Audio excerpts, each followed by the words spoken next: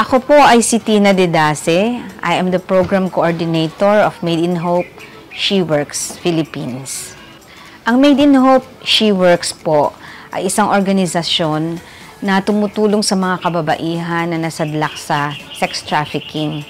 At kami po ay umaabot sa kanila upang maiahon sila sa prostitusyon o sa iba pang forma ng human trafficking upang magkaroon sila ng buhay na mas maayos at mas kapakipakinabang para sa kanilang pamilya.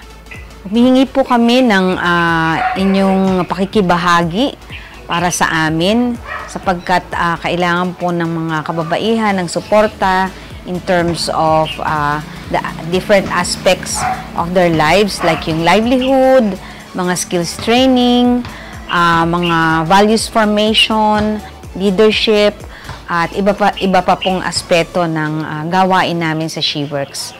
Para po sa mga iba pang detalye at impormasyon, maaari po kayong pumunta sa website ng charityphilippines.org. Maraming salamat po.